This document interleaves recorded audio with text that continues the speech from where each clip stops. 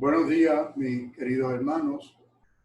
Te habla el hermano Joaquín Lavoy de la Primera Iglesia Bautista de Ponce.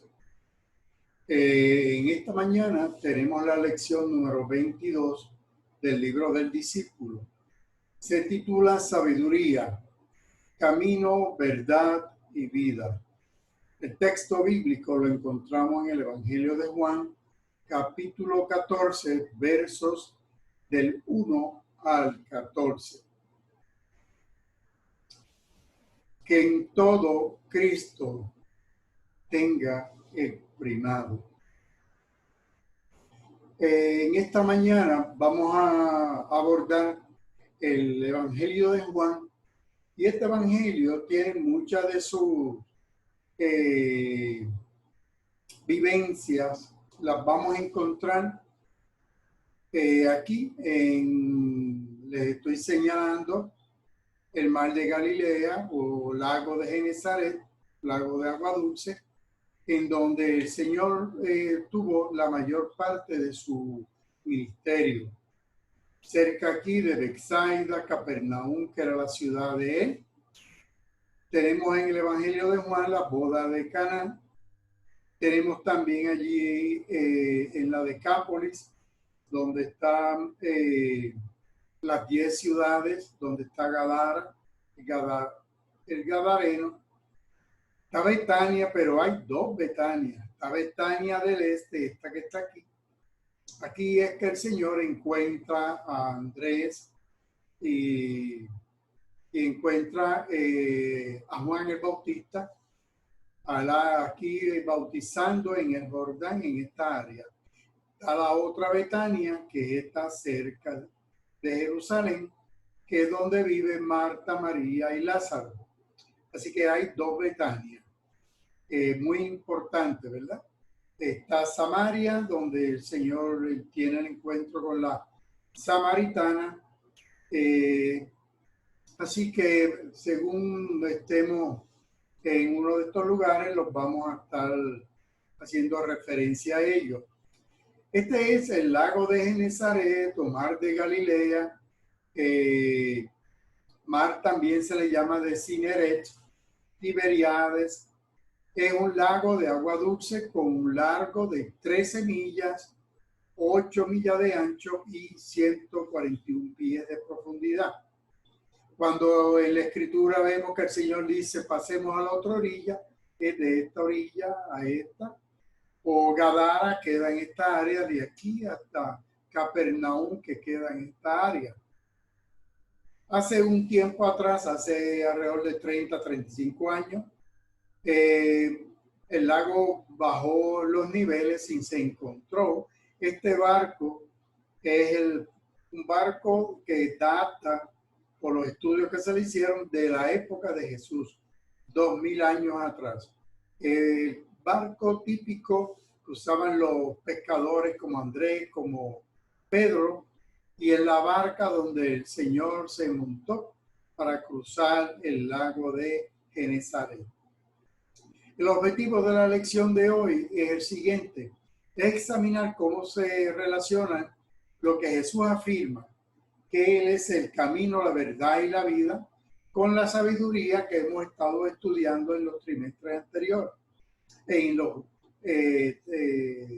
las clases anteriores, durante este trimestre.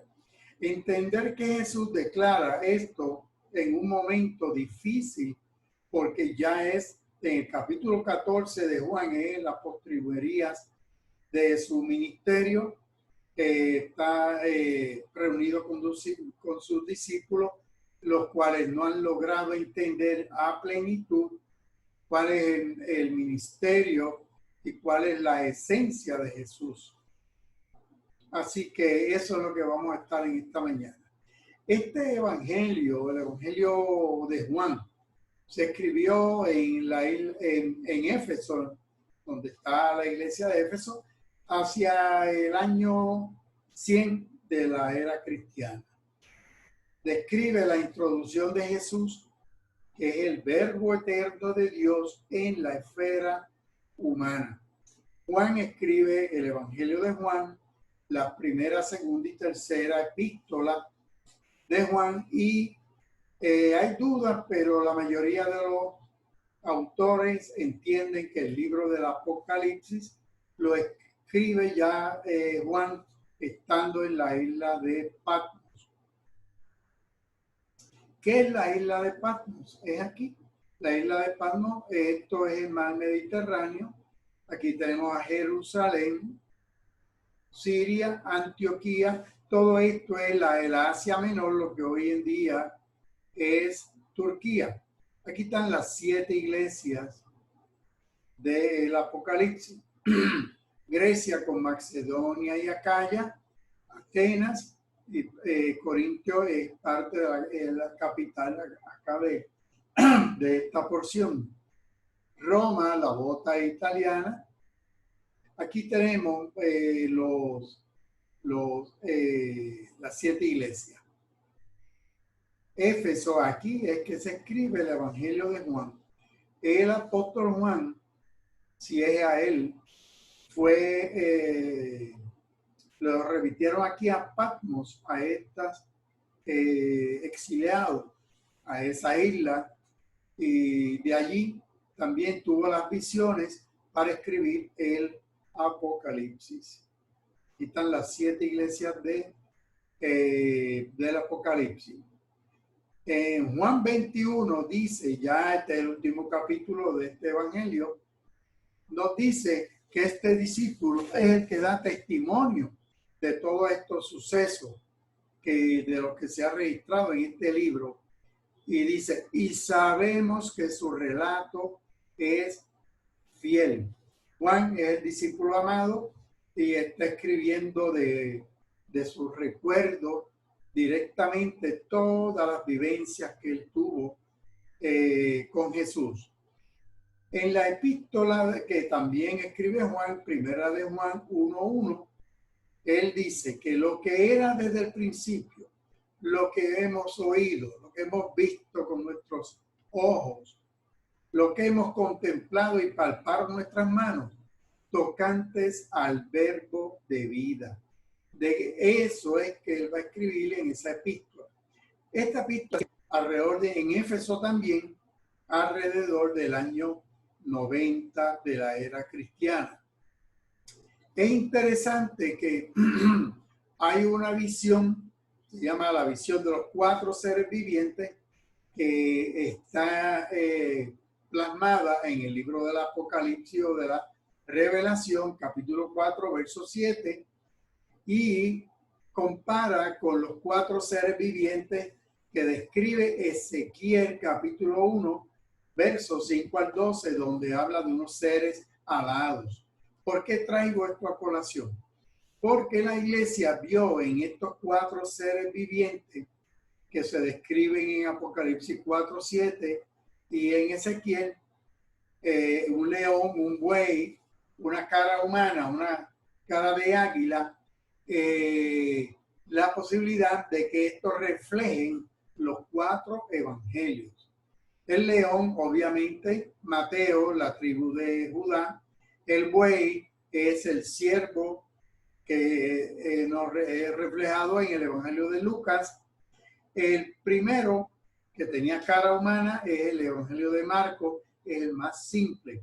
Y el cuarto evangelio, que es el más complejo de todos, es el águila. ¿Por qué? Porque el águila es el único animal que puede mirar directo al sol sin perder la vista. Así que el águila representa el evangelio de Juan, mientras que los otros, Marcos, que es el primer evangelio que se escribió, el hombre es el más sencillo, Mateo, el león de la tribu de Judá, que es Jesús, Lucas, el siervo y el águila. Este autor no comienza, el autor del evangelio de Juan, con una narración del testimonio de Juan el Bautista, como comienza Marcos, ni con la narración de el nacimiento del Bautista, ni el nacimiento de Jesús, como lo hace Lucas. Tampoco cuando regresa en su genealogía, lo hace como Mateo, que regresa solamente hasta Abraham. ni como Lucas que lo lleva hasta Adán. Juan, este evangelio que no uno de los sinópticos son estos tres, Mateo, Marcos, Lucas, que se pueden leer a la vez los tres, porque se complementan. Juan no es un evangelio sinóptico. Así que este evangelio, cuando comienza el evangelio, retrocede en el tiempo. En Juan, capítulo 1, verso 1, el evangelista retrocede a una época en la eternidad, antes de la creación del universo material, hasta Dios mismo. En otras palabras, recuerden, en la eternidad no hay tiempo. Así que antes de que comenzara el tiempo, el evangelista lleva su narración hasta la presencia misma de Dios. En este primer versículo, el evangelio presenta tres afirmaciones bien importantes que constituyen la base de nuestra teología cristiana. Que el verbo, la palabra, Jesús, existía antes del comienzo de la creación. Que ese verbo, que Jesús mantiene una relación íntima con Dios y que Jesús, el verbo, la palabra, el logos, es divino. Juan 1:1 dice que en el principio era el verbo estaba con Dios y el verbo era Dios. Eso es Reina Valera. Biblia textual dice, en el principio era el logos y Dios era el logos. Y también en Nueva Traducción Viviente nos dice que en el principio era la palabra, que la palabra era Dios. Así que verbo, logos, palabra es lo mismo. Logos es la palabra en griego, que desde el principio estaba con Dios y era Dios. Y en Juan 1:2 dice, estaba en el principio con Dios. Nueva Traducción dice, y la palabra existía desde el principio con Dios. Y Reina Valera contemporánea, que la palabra estaba en el principio con Dios. Y que todas las cosas por medio de él fueron hechas. Sin él nada de lo que ha sido hecho fue hecho. Oigan bien esto, que por medio de él todas las cosas fueron creadas. Sin él nada de lo creado llegó a existir. Así que cuando estos textos de Juan lo comparamos con Génesis capítulo 1, que se los estoy enseñando aquí, en donde dice que en el principio Bará creó Dios los cielos y la tierra, eso es lo que nos está diciendo Juan, que por medio de Cristo, del logo, de la palabra, fue creado todo lo que llegó a existir. Así que la creación es por medio de Dios, Hijo, del Logos. Y dice Juan 1:4 que en él estaba la vida y que la vida era la luz de los hombres y que la palabra le dio vida a todo lo creado. El soplo, el aliento de vida lo dio Cristo. Y su vida trajo luz a todos nosotros. De ahí pasamos a Juan, capítulo 1, verso 14, en donde hay uno de los misterios más grandes del cristianismo, porque nos dice que ese verbo se hizo carne, la palabra exax, y habitó, que no entre nosotros, lleno de gracia, lleno de verdad. Vimos su gloria, una gloria como de unigénito del Padre, dice Reina Valera del 95. Biblia textual dice que el Logos se hizo carne y tabernaculizó. ¿Qué significa tabernaculizó? Que habitó, que hizo una morada en medio nuestro y allí contemplamos su gloria. Así que el verbo habitó, se hizo carne y habitó entre nosotros. Aquí la palabra que la Biblia textual dice que tabernaculizó es tabernáculo, habitar, morada, hizo morada en medio nuestro. Filipenses, ahora dejando a Juan al lado y nos vamos a Pablo. Pablo en una de sus epístolas, Filipenses capítulo 2, verso 5, dice que haya en ustedes, en nosotros, el mismo sentir que hubo en Cristo. Que quien siendo en forma de Dios no estimó el ser igual a Dios como una cosa a que aferrarse. No estimó el ser igual a Dios como cosa a que aferrarse, sino se despojó de su deidad. Asimismo, y tomó forma de un siervo, se hizo semejante a los hombres. Pablo continúa en 1 de Timoteo, nos dice 3:16, que indiscutiblemente el misterio de la religión, de la piedad, es bien grande, que Dios se manifestó en carne, se justificó en el Espíritu, fue visto por los ángeles, predicado a las naciones, creído en el mundo, recibido arriba en gloria. Pero sobre todo, de ahí pasamos con Pablo a Romanos capítulo 5:8, donde nos dice que Dios muestra su amor para con nosotros, en que aun cuando éramos pecadores, Cristo, ese verbo que se hizo carne, ese que vino a morar con nosotros, a habitar con nosotros, el verbo murió por nosotros. Juan 3:17 nos dice, porque Dios no envió a su Hijo al mundo a condenar al mundo, sino para que el mundo sea salvo por él. La mañana de hoy, el texto bíblico que vamos a estudiar está en Juan capítulo 14, versos del 1 al 4. Busquen en su Biblia o busquen el librito del discípulo. En estos 14 versículos nos va a hablar de lo siguiente, de que hay paz, lugar y promesa de Jesús para nosotros. Nuestra paz está basada en nuestra creencia en Dios y en Cristo. Y nos manda y nos ordena que no nos angustiemos. Nos promete esa paz que solo Él da. También nos promete un lugar que Él va a preparar para nosotros para que estemos en una eterna compañía con Él. Y finalmente hay una promesa de que Él vuelve, de que Cristo vuelve. Así que en estos 14 versículos vamos a encontrar que nos habla de la paz, de ese lugar que es el cielo y de la promesa de su retorno. Juan 14:1 dice que no se turbe vuestro corazón, no se turbe su corazón.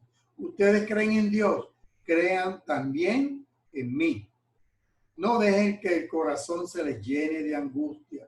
Confíen en Dios, confíen también en mí. Qué texto más bello. No se turbe su corazón, no se turbe vuestro corazón. No dejen que el corazón se te llene de angustia. Confía en Dios, confía también en Cristo. En la casa de mi padre hay muchos aposentos, dice Reina Valera del 95, muchas moradas. Y dice el Señor, si así no fuera, yo se lo hubiera dicho. Así que voy a preparar un lugar para ustedes. Voy a preparar lugar para nosotros, para vosotros. Así que en la casa, ¿dónde es la casa del Padre? En el cielo. Hay aposento, hay lugar para nosotros. Hay una mansión celestial. Esa es promesa del Señor en este evangelio. Dice el 14:3, además de decirnos que haya paz y de que hay lugar, dice que Él vendrá otra vez. Dice, me voy, les preparo lugar y vendré otra vez. Y los llevaré conmigo para que donde yo esté, también ustedes estén. Cuando yo me vaya y os prepare lugar, vengo otra vez y os tomaré a mí mismo para que donde yo estoy, vosotros también estéis. Así que en Juan capítulo 14, verso 3, nos habla de la segunda venida de Cristo. Es una promesa que en las epístolas de Pablo, especialmente Primera de Corintios, termina con el Maranatá, el Señor viene, ¿verdad? O el Señor vino, como lo traducen otros. Así que hay una promesa de su retorno. Dice 1 Corintios capítulo 16, verso 22. El que no ama al Señor Jesucristo sea anatema. Maranatha, el Señor viene. Y con esta fórmula se terminaban las oraciones que hacía la iglesia primitiva. Maranatha, el Señor viene. También así termina el Apocalipsis. Así que para el cristiano, volviendo a la promesa de ese lugar que el Señor nos está preparando. El cielo, ¿qué es el cielo? Pues mira, el cielo es donde está Jesús. La imagen que Cristo nos da del cielo aquí es la más preciosa que poseemos, porque es nuestro hogar celestial con el Padre y con Jesús. Mira, no tenemos que especular acerca de cómo es el cielo. La gente se la pasa inventando y especulando y descifrando cosas que el mismo apóstol Pablo dice que son cosas inefables que ni él podía descifrar ni podía describir.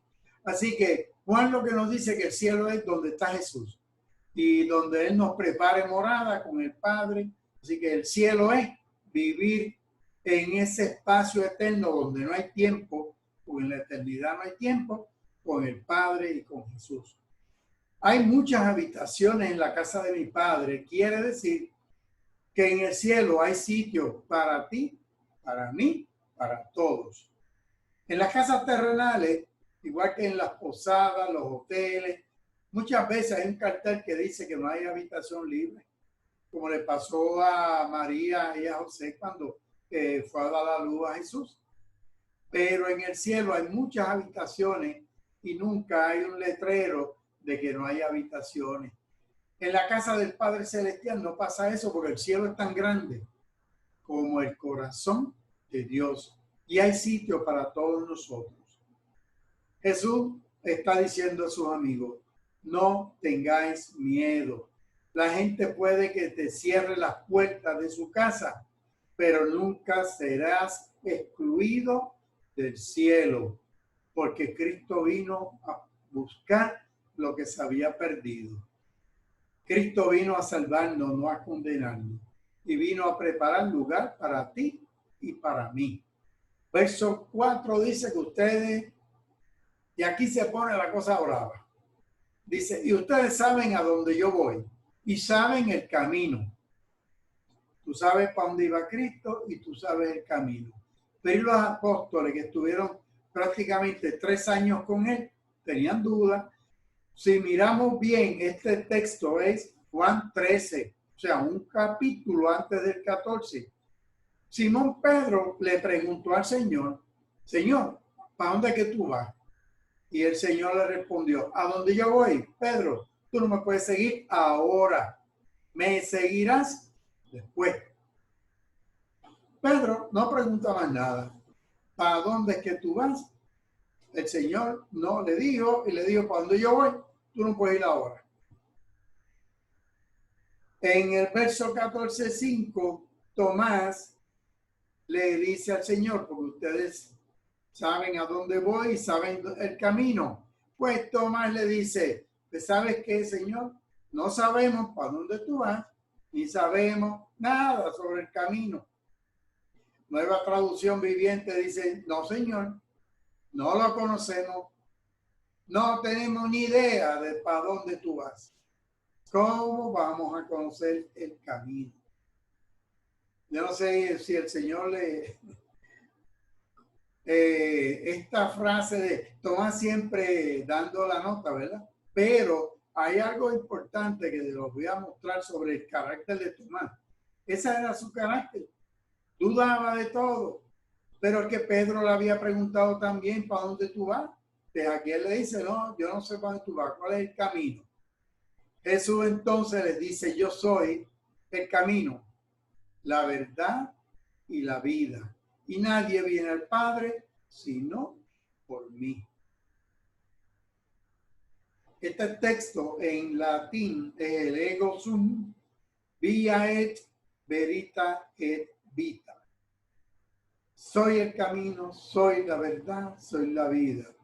Vía es el camino, verita es la verdad, vita la vida. Juan 14, 6. Yo soy. Ese yo soy es bien importante en Juan por lo siguiente. Si vamos a Éxodo 3:14, cuando Moisés va de parte de Dios a enfrentarse al pueblo, dice, yo soy el que soy. Y añadió, a los hijos de Israel tú le vas a decir, yo soy, me ha enviado a ustedes. Yo soy, ego eimi. Yo soy. Así que, y en Juan, ese yo soy se repite un montón de veces. Míralo aquí. Yo soy pan, luz, puerta, pastor, resurrección y vida, camino, verdad, vida, vid verdadera. Y este mismo Juan, cuando escribe su Apocalipsis, dice que el Señor dijo, yo soy el principio y el fin, el alfa y la omega, el que es, el que era, el que ha de venir, el Pantocrátor, el Todopoderoso. Así que el yo soy es bien importante en el Evangelio de Juan. Mira, sí es importante que en el capítulo 18, cuando lo van a arrestar a Jesús, que sabe todas las cosas y sabe que venía un grupo a arrestarlo, él se adelantó y le preguntó, ¿a quién buscan? Y el 18:5 le dice que le respondieron, a Jesús Nazareno. Jesús les dijo, yo soy, ego eimi. Y con ellos estaba también Judas, el que lo entregaba. Y cuando les dijo, yo soy, ellos retrocedieron y cayeron. ¿Con qué poder, con qué unción, con qué energía? Cristo les dijo la palabra yo soy, que nos refleja el éxodo. Yo soy el que soy, porque Cristo es Dios. Así que cuando les dijo yo soy, cayeron a tierra, nos dice Juan 18. En Juan 8:58 dice, yo soy antes que Abraham. Ahí se volvieron locos los fariseos. Y cuando les dice, esto es que él era antes que Abraham, más viejo. Y ahí empezaron ellos. En Juan 13:19 le manda para lavarle los pies y les habla de las cosas que van a suceder. Están en la cena y ahí es cuando les dice las cosas que van a suceder para que cuando sucedan crean que yo soy. Tomás también se le llama Dídimo o el gemelo, ¿verdad? Es sinónimo de duda, de escepticismo, pero mira este texto qué interesante. Jesús amaba, dice Juan capítulo 11, cuando Jesús fue a resucitar a Lázaro, días antes él se enteró de que estaba enfermo y se retrasó. Y cuando Jesús se enteró, se quedó 2 días más. Y luego le dijo a los discípulos, vamos otra vez a Judea. Y los discípulos dijeron, ¿cómo? Los discípulos, Rabí, maestro, hace poco te intentaron apedrearte y de nuevo vamos para allá. Se amedrentaron.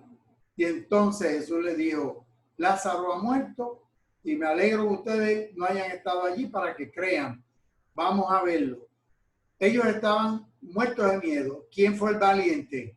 Tomás, míralo aquí.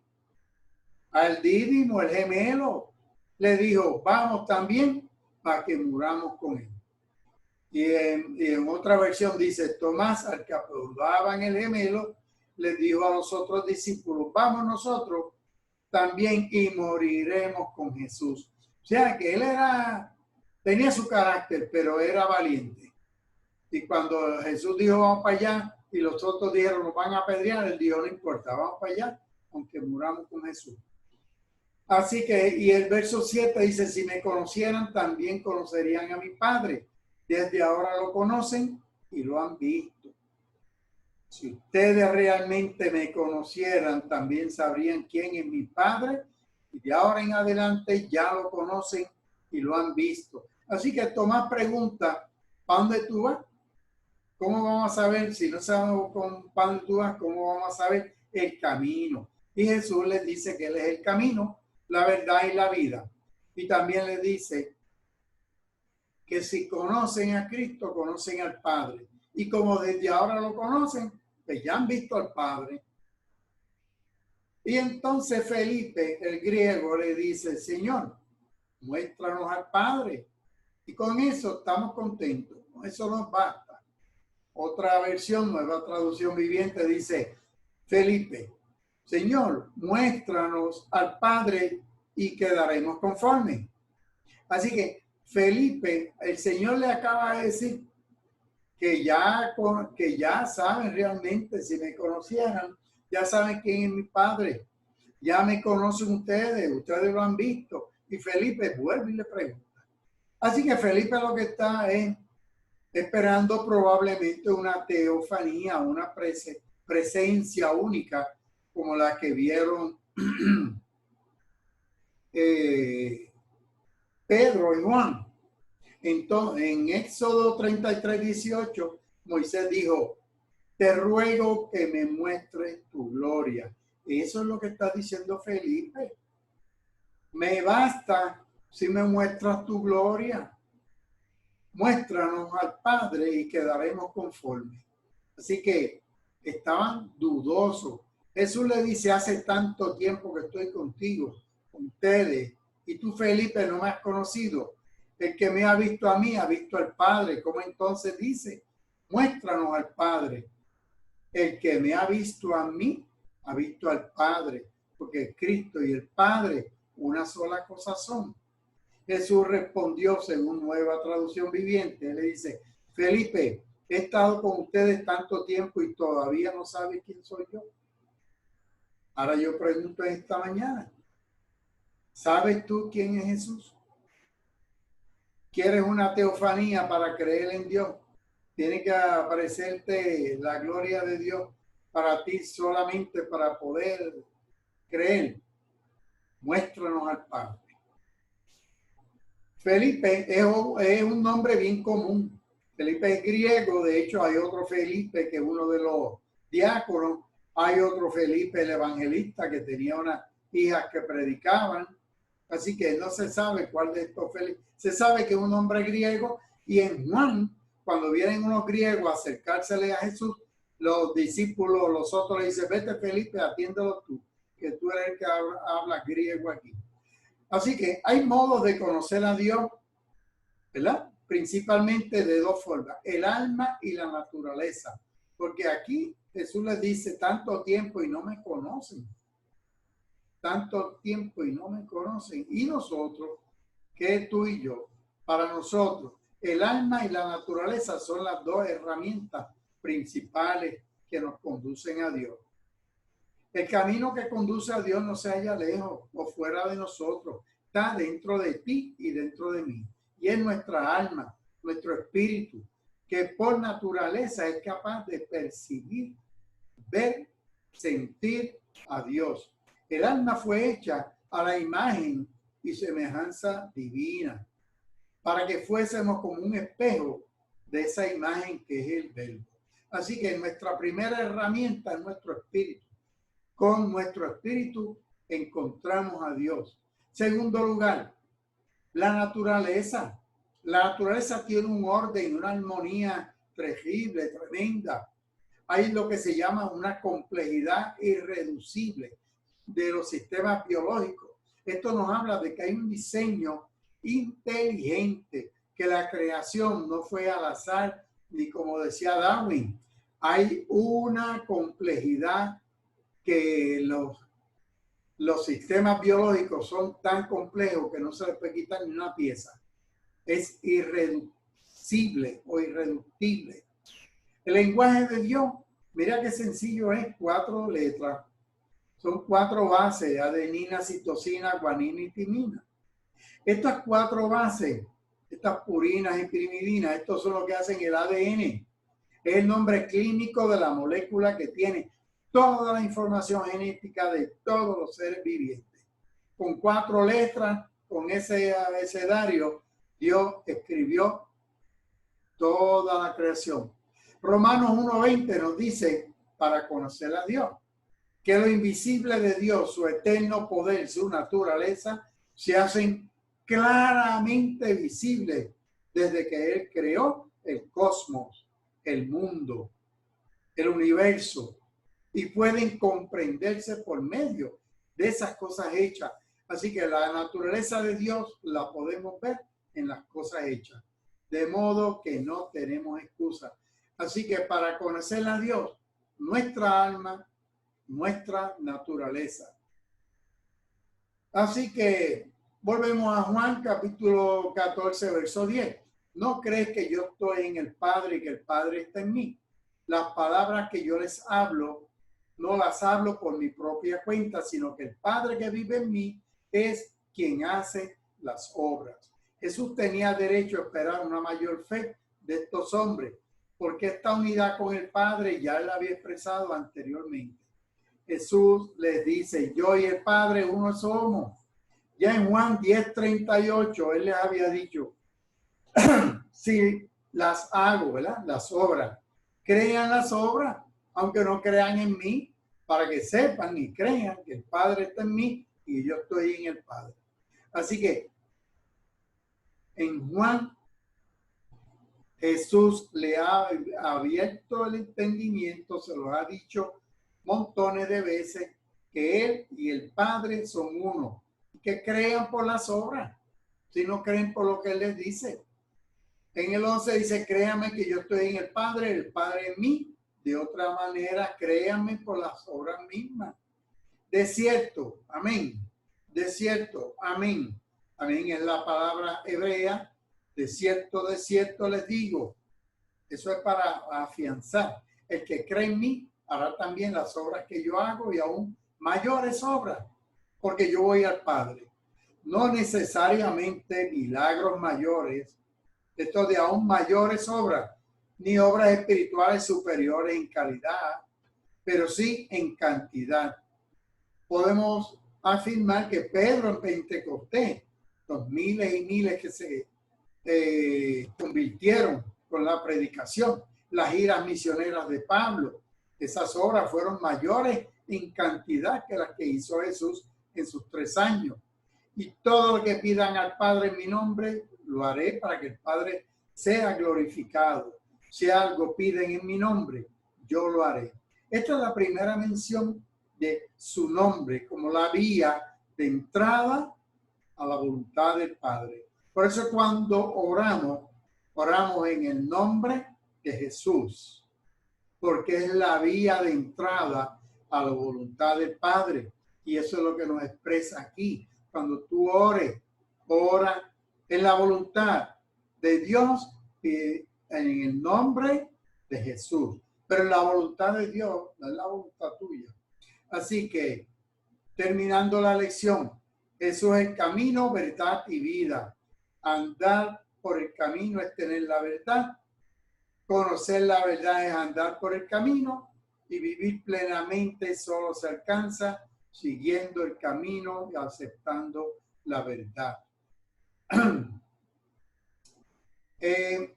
Vamos a orar. Esta lección, sabe que la puedes conseguir en el canal en YouTube. La puedes repasar porque a veces pues pero la tienes allí. Puedes repasar todos estos textos bíblicos y que el Señor te bendiga y que el Señor te ilumine. Vamos a orar. Cuando algo nos turba, cuando no sabemos qué camino seguir, Señor, cuando tenemos dudas acerca de algo o de la vida misma, recuérdanos, Señor, que tú eres el camino a seguir. Que la verdad en quien creer y que la vida que esperamos, aleluya. Mediante tu Santo Espíritu, muéstranos ese camino. Confírmanos esa verdad. Danos esa vida. En el precioso nombre de Jesús, te lo imploramos, Dios. Amén y amén. Hermanos, que el Señor los bendiga. Los esperamos en la primera iglesia bautista de Ponce, la calle Victoria, esquina Bertol. Eso está el teléfono 843-1580 y el correo electrónico. Dios los bendiga.